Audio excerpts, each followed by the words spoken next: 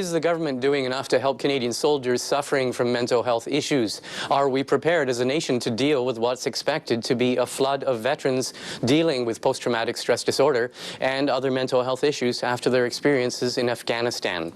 Let's follow up with three members of Parliament. James Bazan is the Parliamentary Secretary to the Minister of Defence. Peter Stauffer is a Veterans Affairs critic for the NDP. And Joyce Murray is the Defence critic for the Liberal Party. All three of you, I want to thank you for taking the time. Unfortunately, we're speaking on what's not a happy occasion, this cluster of 4 apparent suicides. James Bazan, can we start with the question, how concerned is the government about what you're seeing over the last 10 days? First of all, Martin, I want to express our condolences to the families and the friends and the colleagues for these individuals who have committed suicide. We are all responsible to and have a duty to reach out to everyone that is dealing with depression and other operational stress injuries, and we want to make sure that they get the help that they need.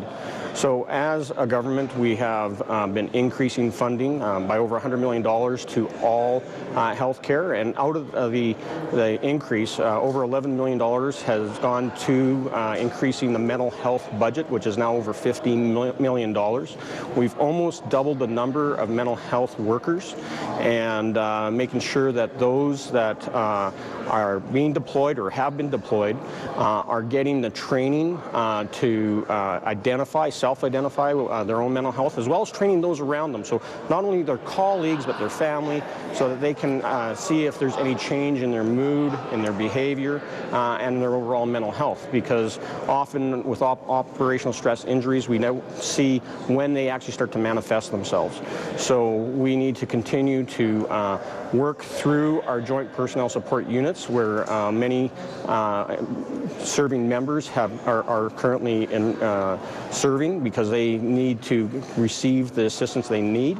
But at the same time, we have to continue to be vigilant and reach out to those that are not identified yet, and to ensure that we don't have any more these circumstances that are so sad and unnecessary. Okay, Peter Stauffer, over the years, you have dealt with thousands of veterans as well as active servicemen and women in the Canadian Forces.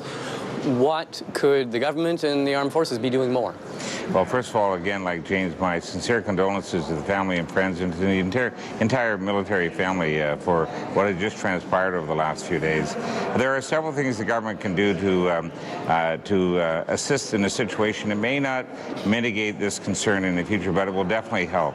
First of all, they need to contact the families when the families have the opportunity to sit down with them and talk to them to find out, were there any gaps from the government side or the department side that we may have been able to reach out to this individual. What were the warning signs? What was that individual doing before they unfortunately took their own life, to see what we could have done, maybe improved or better, or maybe just have reached out in advance in that regard. Another thing they could also do, and this is a concern that is being dealt with by a lot of veterans and their families, is called the universality of service.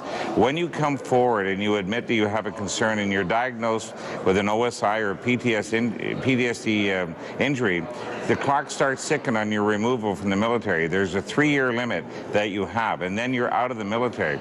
Now, the government will provide psychological and rehabilitation training and some educational opportunities, but what I believe that they should do is have the duty to accommodate, to allow that individual to stay in the military, receive all the services that they and their family need. And then when they leave the military, say for example on a Friday, they have another job to go to on the Monday. Right now that happens after they leave the military, and a lot of them are very concerned about their future. And if you add financial stress to their mental concerns as well, then it compounds the issue quite gravely. And there's a few other things that the government could do as well, but if they did those couple of things, I think that would go a long way in assisting the military and their families. Okay, Joyce Murray, you've been following this issue and Yes. the issues connected to it. What more do you think that the government or the forces could be doing? Yeah, the answer to your very original question of can we do more is yes, we can. Clearly, these suicides are really an expression of despair and a lack of hope, and that's lack of hope in the forces members' future, in the system around them. Are they going to be treated in a way that is compassionate and human? And they clearly are in despair. Like my colleagues, I feel deeply sad about this and want to express my sympathies, my deep sympathies to the family and colleagues of these forces members. So from my perspective, this is not a time for incrementalism. This is a time to find out from the forces, from the members themselves that have been injured, what is missing, and begin to just put those pieces in place.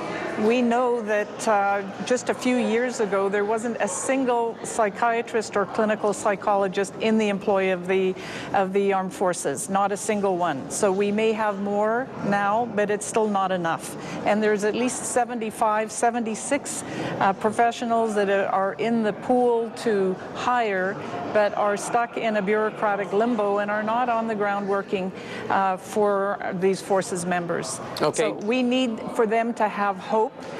And we need to help identify who is suffering from this mental injury and will be needing help, not wait for them to self-identify, because as we see, it's taking too long for people to step forward, and they're not getting the help that they need. Okay, James Bazan, before we get to Joyce Murray's point about actual psychiatric personnel on the ground, I want to go back to Peter Stauffer's suggestion. This is this idea of universality of service, that the moment you come forward and identify yourself with a situation and a condition like PTSD, the time starts ticking down on the end of your career.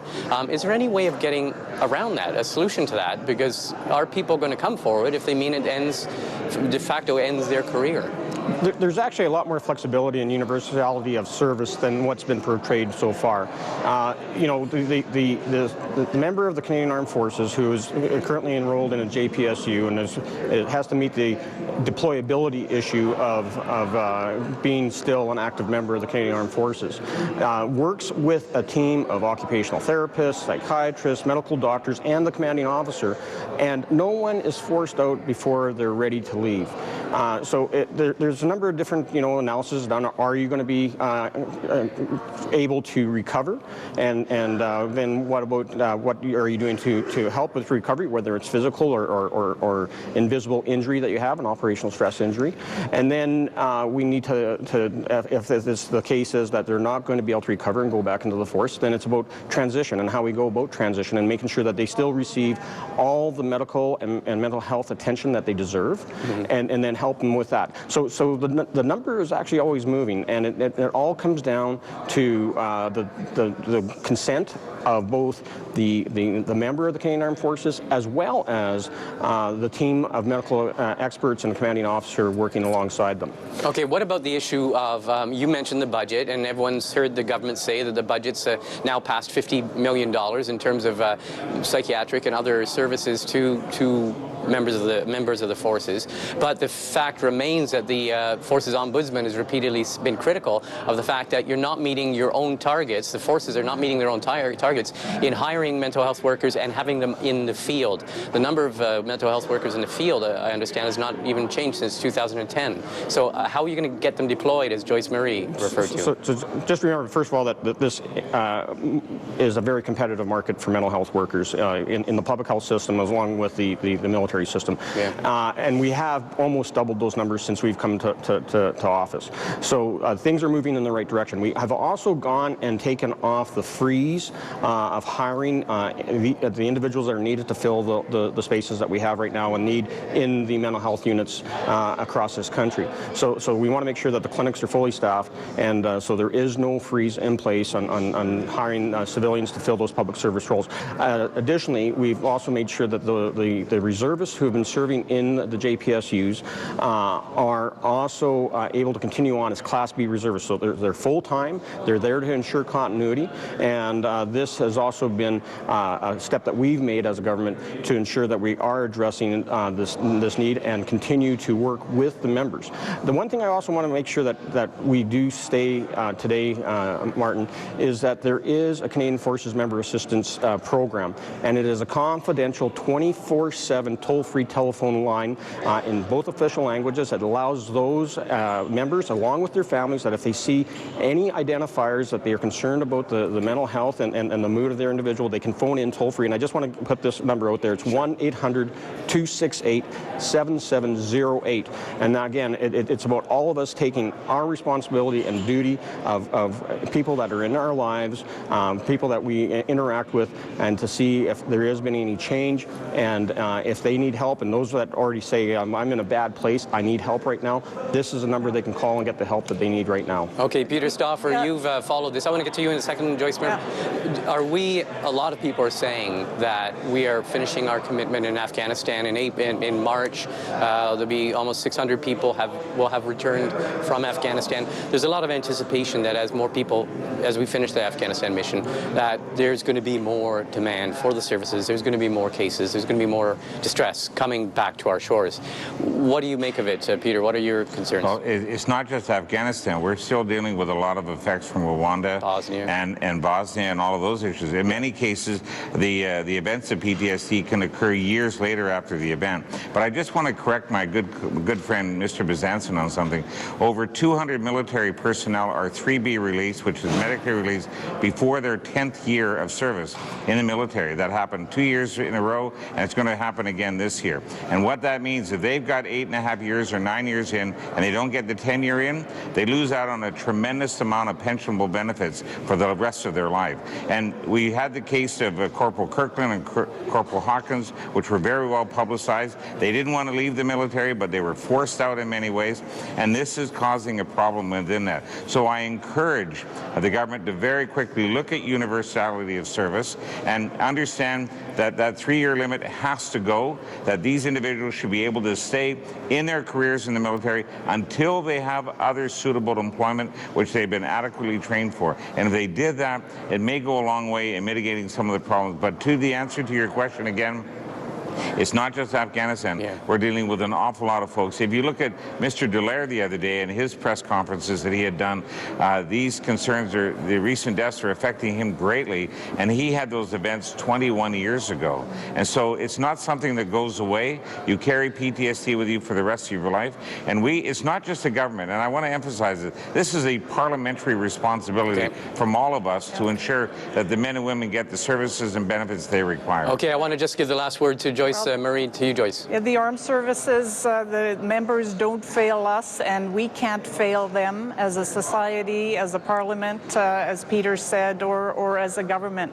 So we know that governments can launch initiatives to take Juno Beach on D-Day, for example. I mean, it takes a decision to throw ourselves into solving a problem, and there are a lot of elements, including supporting the family members, so the family members can support the individual who's being injured. There was a parliamentary committee that studied PTSD and came up with a consensus report in 2009. That may be a place to start. Which of those recommendations have not yet been implemented? But let's have a holistic approach and put the focus, the money, the resources, and the ideas into that, and get that on the ground and working for our injured forces members now. Okay, on that note, I want to thank all three of you for taking your time. Thanks very much for speaking with us. Thank you very much. Thanks, Martin.